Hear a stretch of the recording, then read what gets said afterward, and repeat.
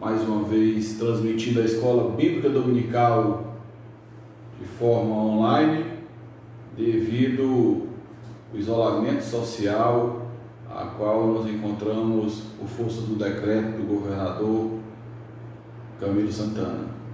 Mas a palavra de Deus não está algemada. E dessa maneira, estamos mesmo à distância, de maneira remota, transmitindo a palavra de Deus para aqueles que desejam alimentar-se do tesouro espiritual que é a palavra de Deus por meio dos ensinos que a Universidade da Igreja, que é a Escola Bíblica Dominical, oferece. Toda a igreja cristã comprometida com o ensino das Escrituras, elas prezam pelo ensino das Sagradas Escrituras. Ora na Escola Bíblica Dominical, ora no seu culto de doutrina e também no culto dominical, um culto da grande celebração cristã no domingo à noite. Mas pela manhã é comum nos reunirmos para a Escola Bíblica Dominical e estamos transmitindo esse estudo via online pelo Facebook da Igreja de Pajuçara para a edificação, o conforto e também a nossa comunhão. Mesmo à distância, nós estamos ligados a um só Espírito. E vamos iniciar a Escola Bíblica Dominical. Quero convidar você que está nos assistindo a chamar os seus filhos. Se você é o chefe da casa, chama a sua esposa. Se você é a dona da casa, chama o marido, chama os filhos. Se você está com amigos recluso aí no isolamento social, chame os seus amigos, seus parentes para usufruir nesse momento da Sagrada Escritura, a Escola Bíblica Dominical. Se você agora está ao vivo nos assistindo, confirme a sua presença digitando aí um versículo da Palavra de Deus, para que possamos saber aqueles que estavam presentes no momento a qual estamos transmitindo a Escola Bíblica ao vivo. Coloque aquele versículo que você mais gosta, aquele versículo que você aprendeu nessa semana. Coloque um versículo como deve ser a chamada e dada a presença da Escola Bíblica Dominical. Para tanto, meus irmãos, vamos nesse momento buscar a Deus por meio das orações. Vamos estar orando ao Senhor, buscando a Ele por meio da oração. Se você tem nesse momento passado por aflições, coloque todas as suas aflições diante de Deus. Se você está passando por sofrimento, coloque todos os sofrimentos diante de Deus. Obviamente Ele já sabe, conhece tudo.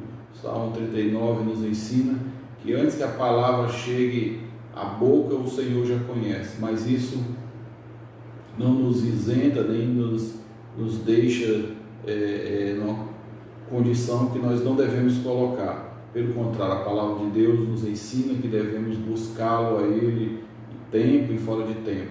Coloque também sua gratidão diante de Deus. Se você tem um parente ou um amigo que está sofrendo algum tipo de aflição ou coisa parecida, você deve também interceder por ele nessa oração inicial. Então, onde você se encontra, nós vamos baixar a cabeça, fechar os nossos olhos e vamos orar ao Senhor, rogando a Ele graça e misericórdia. Oremos ao Senhor. Santíssimo Deus, Pai bendito, obrigado, Pai amado, pelas Tuas misericórdias que se renovam a cada manhã, Senhor. Muito obrigado por este dia, que é um dia do Senhor, um dia que o Senhor mesmo escolheu para a Tua adoração, Santíssimo Deus. E estamos nós, Santíssimo Deus, mesmo distante uns dos outros, mas estamos perto de Ti, Senhor. E Te suplicamos, Senhor, Tuas bênçãos na vida de cada família, Senhor, dessa igreja, a Igreja Presbiteriana de Pajuçara, na vida de cada família, Senhor, do Teu povo, Pai, lavado e remido no sangue de Cristo. Suplicamos, Santíssimo Deus, o Teu favor imerecido sobre o estado do Ceará, sobre a nossa pátria brasileira, Senhor, e sobre o mundo inteiro, Senhor. Derrama chuvas de bênção, Senhor, em nosso planeta, em nosso país, em nosso estado, Santíssimo Deus, e no nosso município, Senhor. E que essas bênçãos venham banir, Senhor, varrer ou afastar, Senhor, de nós o perigo iminente, Senhor, desse vírus que é disseminado pelo planeta inteiro, Pai. Abençoa aqueles, Pai, que estão no isolamento social. Abençoa aqueles que foram contagiados com bênçãos de cura. Abençoa, Senhor, os enlutados, Pai amado. Abençoa aqueles que estão lutando, Senhor, contra essa enfermidade e outros também. Abençoa os aflitos. Abençoa, Senhor, os tristes. Abençoa, Senhor, aqueles que estão com o coração angustiado, Senhor, por algum tipo de preocupação. Derrama, Senhor, do céu o bálsamo da tua unção, Senhor, teu Espírito Santo, na vida daqueles, Senhor, que estão angustiados, Senhor, e ansiosos nesse momento, Senhor. Altíssimo Deus, que os nossos lares, Senhor, sejam redutos da tua graça e do teu Espírito Santo, Senhor. Que a nossa vida, Senhor, seja, Santíssimo Deus, um farol a iluminar aqueles que estão nas trevas. Que os nossos lábios, Senhor, profiram, Senhor, as palavras da tua Sagrada Escritura, a fim, Senhor, de transmitir graça àqueles que ouvem, Senhor. E que o Espírito do Senhor, dia após dia, nos faça, Senhor, os teus arautos, aqueles que proclamam a boa e nova notícia de salvação, aqueles, Santíssimo Deus, que promovem a paz, que promovem, ó Pai amado, as bênçãos, Senhor, que o Senhor tem derramado em nossa vida e por meio da proclamação do Evangelho, o testemunho vivo e eficaz. Abençoa, Santíssimo Deus, em especial as crianças, Senhor, que cada uma delas sejam resguardadas por Ti, Senhor. Abençoa os idosos, abençoa aqueles que fazem parte do grupo de risco, que têm doenças crônicas ou respiratórias, Pai, que têm diabetes, algum tipo de complicação cardíaca. Resguarda cada um deles, Pai, pela força do Teu poder, e nos dá um dia de muita paz, Senhor, tranquilidade, apesar, Senhor, das tribulações, que tenhamos um dia de muita plenitude diante de Ti. E rogamos essas bênçãos, sabemos, Senhor, que não somos merecedores. Rogamos essas bênçãos nos méritos que estão em Cristo Jesus. Em nome do Pai, do Filho e do Espírito Santo te pedimos. Amém. Você entrou agora para nos assistir, que marque a sua presença, você que está assistindo online, marque a sua presença digitando e enviando-nos um versículo aí na mensagem. Você coloca um versículo, a sua presença na Escola Bíblica Dominical do Almeida esse dia. Então, para a nossa edificação, meus irmãos, vamos abrir a palavra de Deus em 1 Tessalonicenses, capítulo 4. Foi onde nós paramos no último domingo. Tessalonicenses, capítulo 4. Nós vamos estar lendo do versículo 13 até o versículo de número 18. Então, abra sua Bíblia, procure o livro de 1 Tessalonicenses, para que possamos acompanhar o estudo bíblico. O tema do estudo bíblico hoje o apóstolo Paulo vai ensinar aos Tessalonicenses sobre a segunda vinda de Cristo, o evento da segunda vinda de Cristo. E o nome desse evento da segunda vinda no campo teológico chama-se parousia, ou parúzia para uns, ou parousia para outros, mas todos levam ao mesmo entendimento. A vinda, a presença física de Jesus, a sua segunda vinda. 1 Tessalonicenses, capítulo 4, versículo 13 a 18, assim está escrito na palavra de Deus. Não queremos, porém, irmãos, que sejais ignorantes com respeito aos que dormem, para não vos entristecerdes com os demais, que não têm esperança. Pois se cremos que Jesus morreu e ressuscitou, assim também Deus, mediante Jesus, trará em sua companhia os que dormem. Ora, ainda vos declaramos, por palavra do Senhor, isso nós, os vivos, os que ficarmos até a vinda do Senhor, de modo algum pereceremos. De modo algum precederemos os que dormem. Porquanto o Senhor mesmo, dada a sua palavra de ordem, ouvida a voz do arcanjo e ressoada a trombeta de Deus, descerá dos céus. Os mortos em Cristo ressuscitarão primeiro. Depois nós, os vivos que ficarmos, seremos arrebatados juntamente com Ele, entre nuvens, para o encontro do Senhor nos ares. E assim estaremos para sempre com o Senhor. Consolai-vos, pois, uns aos outros com essas palavras. Vamos orar mais uma vez, pedindo a iluminação do Senhor em nossas vidas. Santíssimo Deus, Pai bendito, tenha misericórdia, Senhor, de nossas vidas. Abençoa-nos com Teu Espírito, para que possamos conhecer, ó Pai, a Sagrada Escritura, à luz, Senhor, da iluminação do Teu Santo Espírito. Santíssimo Deus, que essa palavra traga conforto, essa palavra traga esperança, essa palavra, Santíssimo Deus, e esse ensinamento nos traga, Senhor, a vigilância devida para aguardar, Senhor, a Tua segunda vinda, de maneira, Senhor, santa e piedosa, de maneira, Senhor, que possamos Te glorificar, Senhor, todos os dias de nossas vidas, até o dia em que Teu Filho bendito virá, Senhor, nos buscar, Senhor, para o grande dia. Suplicamos essas bênçãos, em nome do Pai, do Filho e do Espírito Santo, hoje e sempre. Amém. Capítulo 4 da epístola que Paulo escreve aos Tessalonicenses ainda é um resquício da carta que Paulo recebeu de Timóteo, quando Paulo ficou em Atenas e Silas tomou um destino que é impreciso ainda saber para onde Silas havia sido designado, mas nós sabemos que o apóstolo Paulo tentou de todas as maneiras voltar até Tessalônica, de onde ele tinha sido expulso, dado um grande amor que Paulo tinha pelos Tessalonicenses. Como ele tentou de todas as formas, e tendo dito ele que havia uma influência maligna que não permitiu que ele voltasse até mesmo aos Tessalonicenses, Paulo muda o plano, a estratégia missionária e envia Timóteo. Timóteo vai até a igreja de Tessalônica com a missão de apacentar aquela igreja, de ensinar, de confirmar a fé dos Tessalonicenses para com Deus. Paulo não sabia como aquela igreja estava depois que ele havia passado por lá.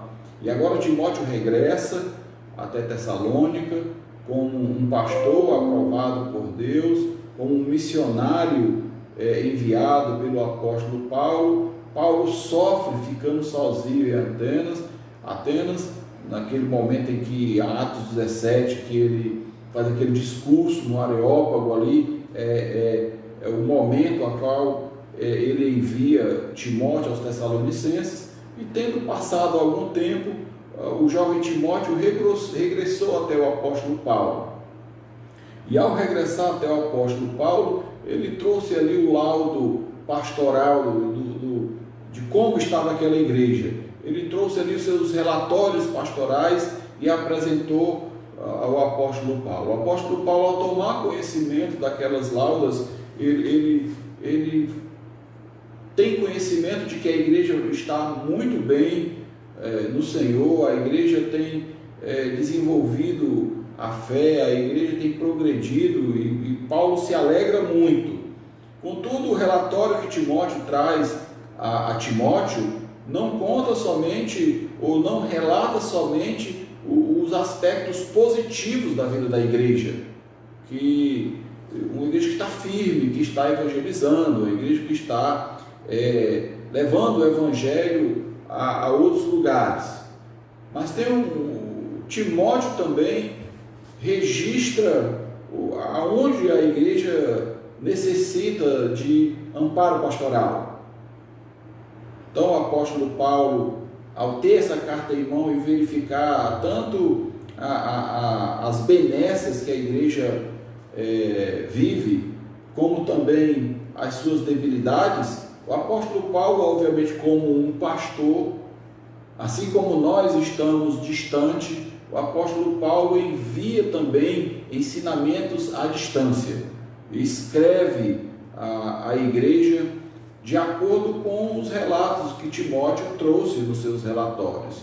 Num primeiro momento, a exortação do apóstolo Paulo, e sempre Paulo aqui tem uma característica de trabalhar suavizando as palavras para com aquela igreja.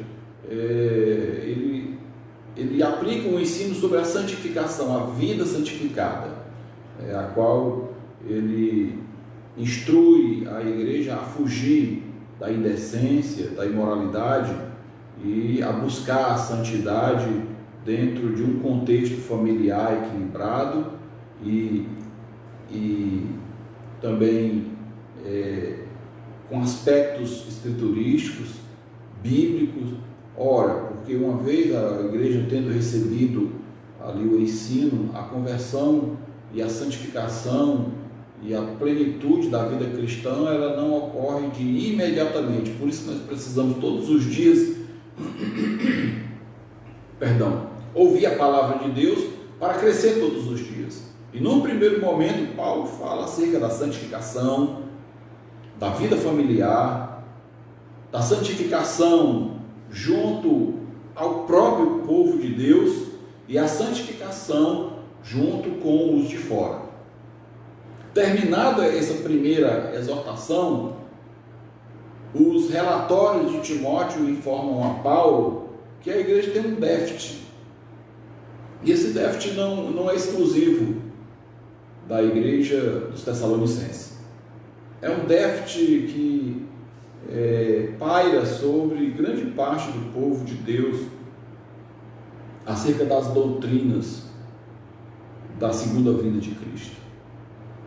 Paulo não faz um levantamento em questões gerais. Paulo ele se atém a uma preocupação a qual existe na igreja dos Tessalonicenses, e Paulo, neste segundo momento, após ensinar sobre a vida santificada, o apóstolo Paulo vai ensinar realmente sobre a parousia, sobre a volta de Jesus, porque há uma preocupação, um déficit que a igreja de Tessalônica existia, ou tinha nela, era um déficit acerca da parousia. E a preocupação era a seguinte: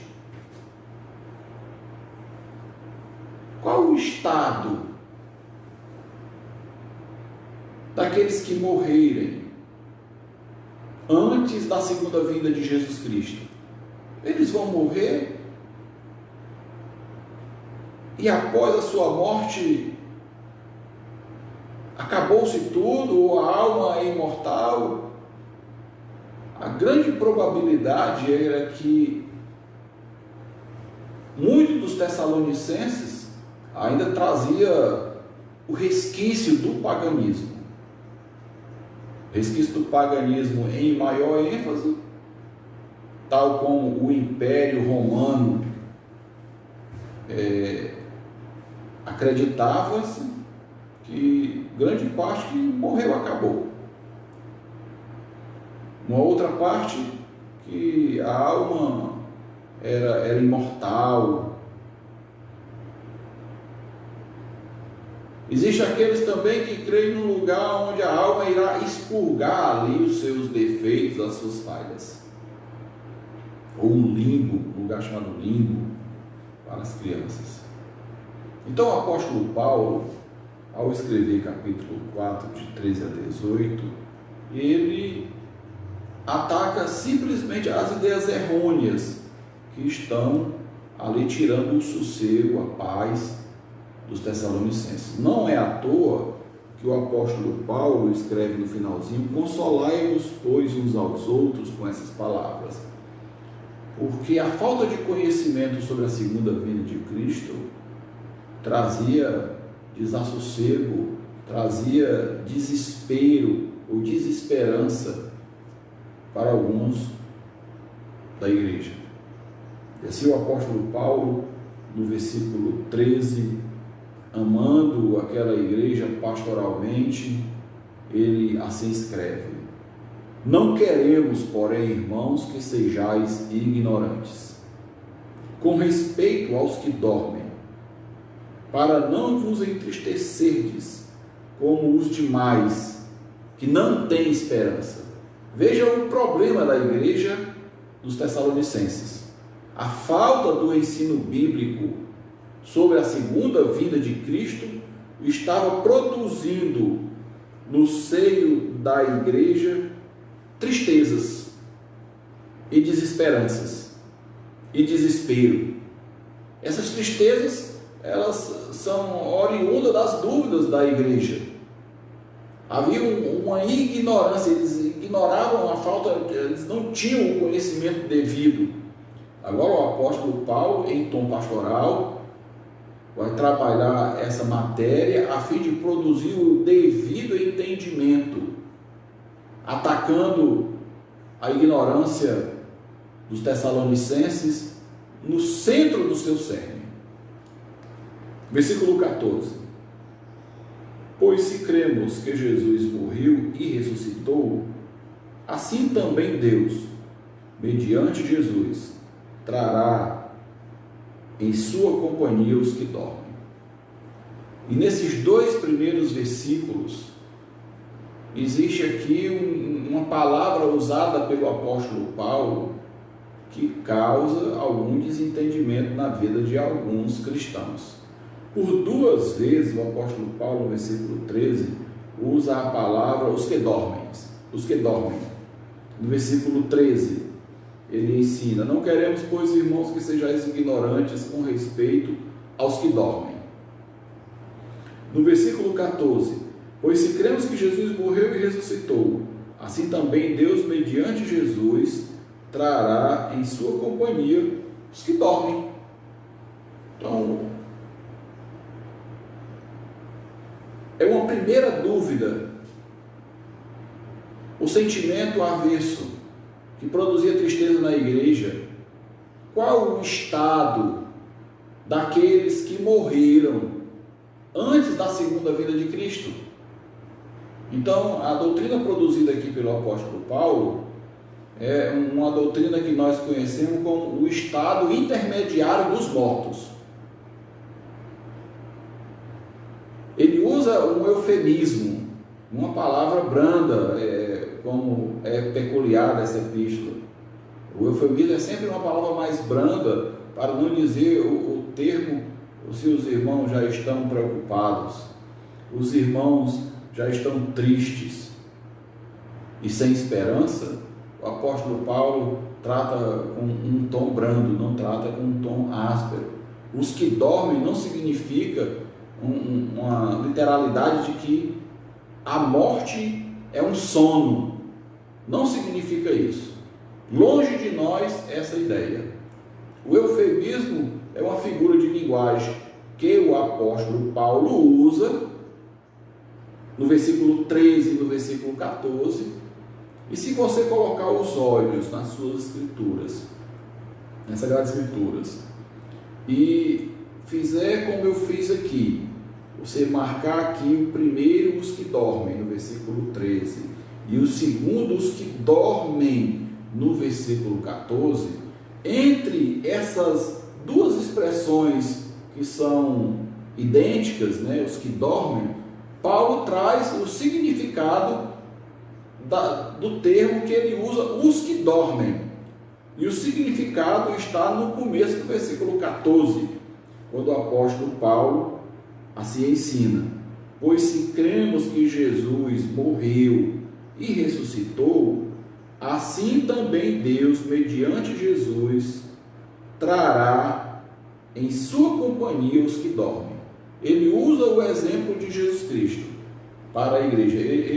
Ele aponta para Jesus Cristo, dizendo que assim, pois cremos que Jesus morreu.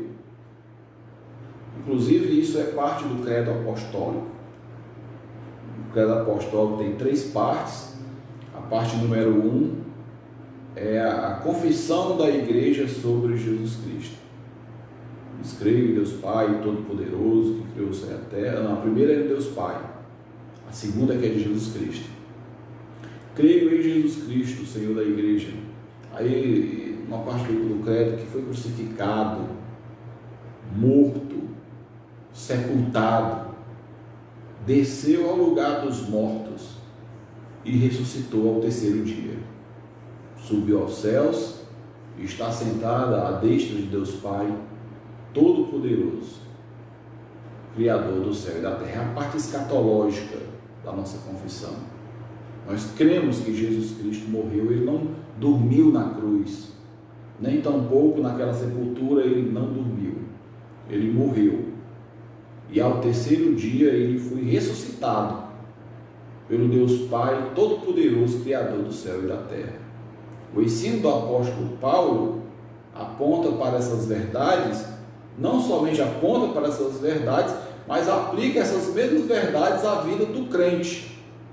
Que o termo que ele usa, aos que dormem, ou seja, aos que morreram, assim como o Deus Pai Todo-Poderoso fez com o Filho, ressuscitando ele ao terceiro dia, o Deus Pai também trará em sua companhia os que dormem. Ou seja, os que dormem, a expressão é que morreram realmente, não está num estado de sono, que pode até ter sonhos, não podem, não tem essa realidade, não existe essa realidade. O que acontece é que morrem, estão mortos, e que no dia da segunda vinda de Jesus Cristo, que será um dia inigualável, o Deus Pai Todo-Poderoso, assim como ressuscitou Cristo, irá ressuscitar também todos os mortos. No fato aqui, no caso aqui, o apóstolo Paulo fala exclusivamente da igreja, mas biblicamente são todos os mortos. A morte é o salário do pecado, como descrito em Romanos 6:23. O salário do pecado é a morte. A morte é uma consequência do pecado. Então, a consequência do pecado não é dormir. A consequência do pecado é a morte. O Deus Supremo, na Sagrada Escritura, impôs ao homem a morte. E a morte é uma sentença punitiva, em alusão aos nossos pecados.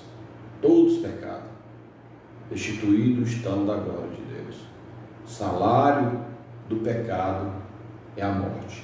O apóstolo Paulo relata aqui da morte dos santos, mas todos um dia irão passar pela morte, se Jesus não voltar em breve.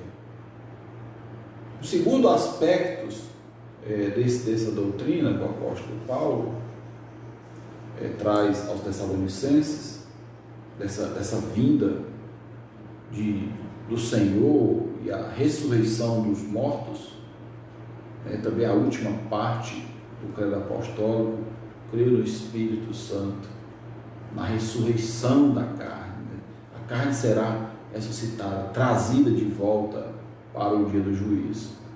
Então, o dormir aqui é um eufemismo para aquilo que a Sagrada Escritura diz, que o Senhor vai nos ressuscitar. Mas, no geral, biblicamente, existe, depois dessa punição que é a morte, dois destinos para os que morrem: aos que foram justificados e o destino daqueles que são reprovados por Deus. E esses destinos, o primeiro deles nós vamos encontrar em Eclesiastes, capítulo 12, versículo 7. Eclesiastes, você abrir a sua Bíblia, no versículo 12, versículo 7, o autor de Eclesiastes afirma que o pó, depois da morte, o pó volta à terra, o primeiro destino dos mortos, de justos e de injustos, voltam ao pó, porque nós somos pó. E o espírito do justo volta para Deus. E o espírito dos réprobos, dos reprovados, eles vão para o lugar da condenação. O maior exemplo disso nós temos lá no Evangelho de Lucas, no capítulo 16, texto muito conhecido pela igreja, que é a parábola do rico e do Lázaro. Ambos morreram, eles não dormiram, eles morreram. Havia um rico, se vestia muito bem, e um certo Lázaro, que vivia à míngua, vivia padecendo de enfermidades. Eu queria ver um dia os profetas da prosperidade ensinarem sobre esse Lázaro que de próspero só teve o campo espiritual. E ao morrerem, obviamente o corpo voltou para o pó, e o espírito de Lázaro, por ser temente a Deus e fazer parte da aliança, foi para o seio de Abraão. O seio de Abraão e para a família de Abraão, a família daqueles que fazem parte da fé. E o rico foi para o inferno. Os seus corpos ali não acompanharam ele, somente o seu espírito. Cada um teve o seu destino espiritual. E nesse estado que eles é narrado na palavra de Deus, na qual se encontram todos aqueles que já morreram, eles estão nesse estado, que é o chamado estado intermediário, esperando o dia do juízo final.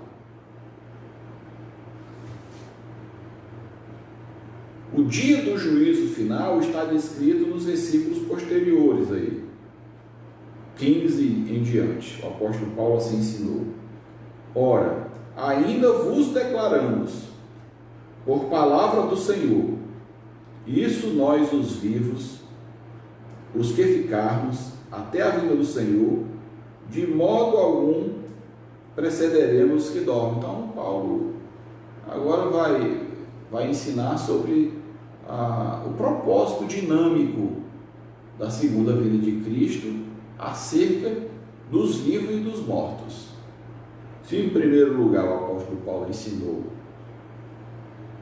sobre os que dormem, que serão ressuscitados, os que morrem, agora o apóstolo Paulo vai ensinar sobre a dinâmica do estado dos vivos e dos mortos na segunda vinda de Cristo.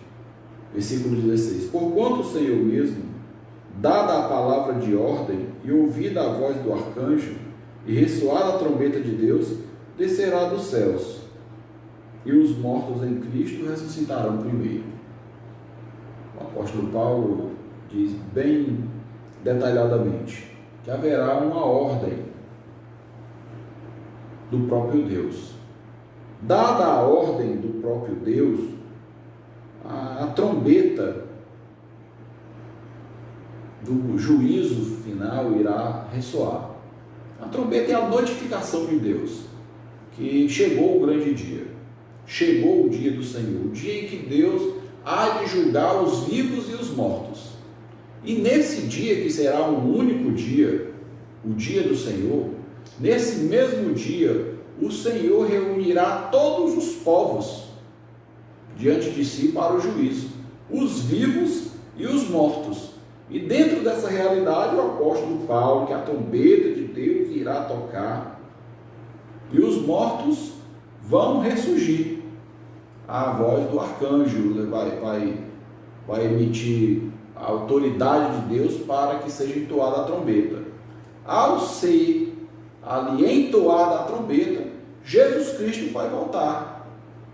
Quando Jesus Cristo voltar trazendo os mortos, existem algumas características da segunda vinda de Cristo.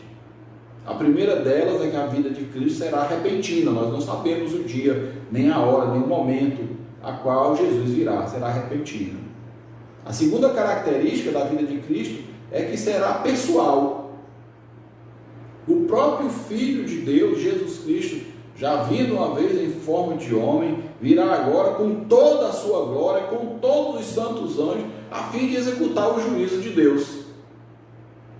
Uma terceira característica é que a vinda será uma presença física e será visível. Dentre todas essas características, se você abrir a palavra de Deus no livro de Atos, capítulo 24, versículo 15, o apóstolo Paulo também ensinou no livro de Atos que haverá ressurreição, tanto dos justos como dos injustos serão ressuscitados. E esse ato do Senhor ressuscitar os mortos para o dia do juízo é o fato a qual o apóstolo Paulo, nos versículos anteriores, 13 e 14, usa o eufemismo dos que dormem. O Senhor vai ressuscitar todos. Apocalipse, capítulo 20, versículo 13, também nos ensina que no dia do Senhor, que o Senhor voltar, o mar vai entregar para o Senhor todos os mortos que estão nele, até o além, o acaso, vão entregar os mortos para serem julgados. Às vezes, nós temos notícia de tragédias, como a do Titanic, como a de Brumadinho e tantas outras, que aqueles que estavam ali envolvidos e não foram encontrados seus corpos e morreram nas tragédias, e houveram busca e não encontraram seus corpos. O homem pode não encontrar, mas no dia do Senhor o mar vai entregar para Cristo todos os seus mortos. Às vezes nós temos notícias de aeronaves que eu já tive que batem em rochedos e que não fica uma única evidência de sua tripulação ou dos seus passageiros. Mas mesmo assim, estes serão entregues ao Senhor para serem ressuscitados. O Senhor os ressuscitará e tornará a ele do seu Espírito, para que eles tomem conhecimento ou da sua justificação para reinar com o Senhor no céu, ou da sua reprovação para sofrer tormento pela eternidade. Ninguém ficará de fora desse dia e grandioso dia do Senhor. Os corpos dos injustos serão ressuscitados por Deus para a desonra, e os corpos dos justificados serão ressuscitados por Deus para a honra. Se você abrir a palavra de Deus em 1 Coríntios, capítulo 15, vamos abrir lá em 1 Coríntios, capítulo 15, versículo 42,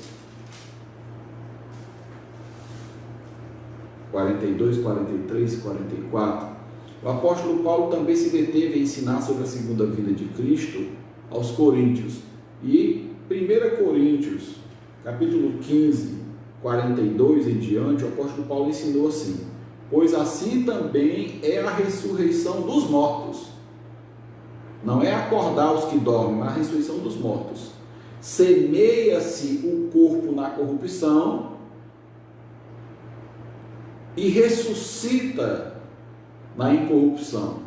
Semeia-se em desonra, ressuscita-se em glória. Semeia-se o corpo natural e ressuscita o corpo espiritual. Se há corpo natural, há também o corpo espiritual.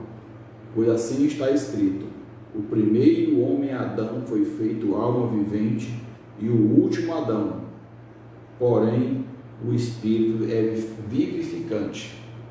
Então esse é o estado daqueles que serão ressuscitados para a honra, para serem glorificados. Esse é o primeiro estágio da segunda vinda do Senhor Jesus Cristo. Após o apóstolo Paulo ensinar aos Tessalonicenses sobre aqueles que dormem ou que morreram antes da segunda vinda de Cristo, nós temos aqui umas observâncias do apóstolo Paulo sobre aqueles que estiverem vivos também, naquele grande dia do Senhor, grande e maravilhoso para os que serão justificados, grande e terrível para os que serão condenados. Versículo 17. Depois nós, os vivos. É interessante perceber aqui no capítulo 4, versículo 17, que nesse momento de doutrina à igreja, aos Tessalonicenses, é possível perceber que o apóstolo Paulo, a expectativa paulina, é que ele não vai morrer. Paulo tem uma expectativa que Jesus voltará tão breve que ele mesmo ainda estaria vivo. Por isso ele se declara nós vivos, depois nós os vivos, os que ficarmos, seremos arrebatados juntamente com eles, ou seja, com os mortos que serão justificados, entre as nuvens, para o encontro do Senhor nos ares. Então, à luz de Coríntios 15, essa ressurreição do corpo no dia do Senhor, os mortos serão transformados, serão ressuscitados de uma forma perfeita, e os vivos, o apóstolo Paulo, serão arrebatados juntamente com o Senhor para o encontro com o Senhor nos ares, e assim estaremos para sempre com o Senhor. Se você tem o catecismo maior de Westminster, e eu vou olhar aqui a pergunta de número 87, ela é a seguinte pergunta: o que devemos crer a respeito da ressurreição? É o assunto que o apóstolo Paulo está ensinando. Resposta: devemos crer que no último dia haverá uma ressurreição geral dos mortos, dos justos e dos injustos. Então os que se acharem vivos serão mudados no momento. Esse versículo 17 é onde ocorrerá essa mudança dos vivos, no momento. E os mesmos corpos dos mortos que têm permanecido na sepultura, sendo, pois, novamente unidos às suas almas para sempre, serão ressuscitados pelo poder de Cristo. Os corpos dos justos pelo Espírito de Cristo, em virtude da sua ressurreição. Como cabeça deles, serão ressuscitados em poder, espirituais, incorruptíveis e feitos semelhança ao corpo glorioso em Cristo. Os corpos dos ímpios serão eles ressuscitados para a desonra, como por um juiz ofendido. Então, os que estão vivos, eles serão transformados também, não será nesse corpo corruptível que ocorrerá esse versículo 17, esse arrebatamento para entre as nuvens, para que aqueles que estão mortos, vivos, se encontrem com aqueles que foram mortos e agora ressuscitados, todos a uma só feita, e vamos nos encontrar com o próprio Senhor, visivelmente, perceptivelmente. Haverá um encontro e a reunião final, gloriosa, majestosa, perfeita, agradável a Deus, entre o Senhor e a sua igreja, e entre a igreja e o seu Senhor. E assim, após esse encontro, haverá um estado definitivo, agora de vivos e dos mortos, agora todos transformados, entrarão num estado definitivo. E o estado definitivo é esse: estaremos para sempre com o Senhor. Esse estado definitivo, descrito no versículo 17, o estado dos que morreram antes da parousia e os que estão vivos no exato momento da parousia, da segunda vinda de Cristo, reunido o entendimento bíblico do apóstolo Paulo, transmitido aos Tessalonicenses e a toda a sua igreja, são os propósitos do próprio Deus para com a sua igreja. E esses propósitos realizados em torno da sua igreja, sendo realizados no dia do juízo, levará todos ao estado definitivo. O conhecimento desse estado definitivo de glória é consolo para a sua igreja, uma vez que a igreja dos Tessalonicenses, e até mesmo o apóstolo Paulo e todas as igrejas padecem perseguições, aflições, tribulações. O próprio Jesus ensinou que no mundo nós teremos aflições, mas que deveríamos ter bom ânimo, porque Ele venceu, e a vitória de Cristo produz consolo, porque a vitória de Cristo é a certeza de que Ele virá uma segunda vez para arrebanhar todo o seu povo. Aqueles que viveram dos primeiros séculos até o último momento, reunirá a todo o seu povo, os vivos e os mortos de todos os tempos, e tendo reunidos, apresentará à sua igreja o descanso de suas tribulações.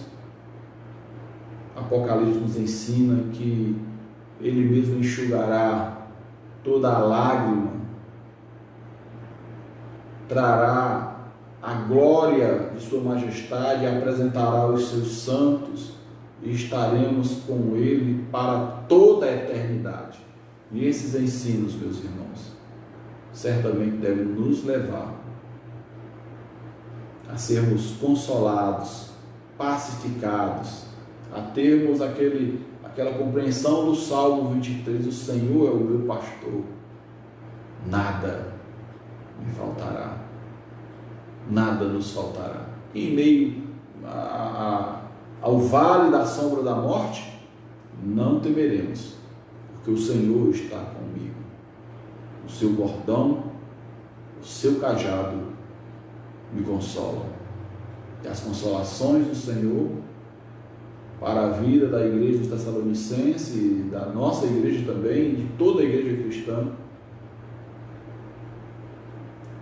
que as tribulações do tempo presente não podem sequer ser comparadas à glória que há de vir juntamente com o Senhor no dia da sua segunda vida.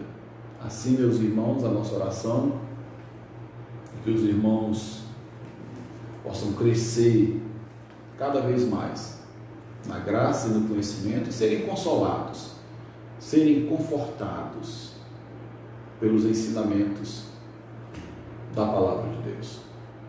Baixe a sua cabeça mais uma vez, feche seus olhos e vamos orar ao Senhor, rogando as suas consolações, rogando o bálsamo do céu sobre nossa vida e nossa família. Oremos ao Senhor.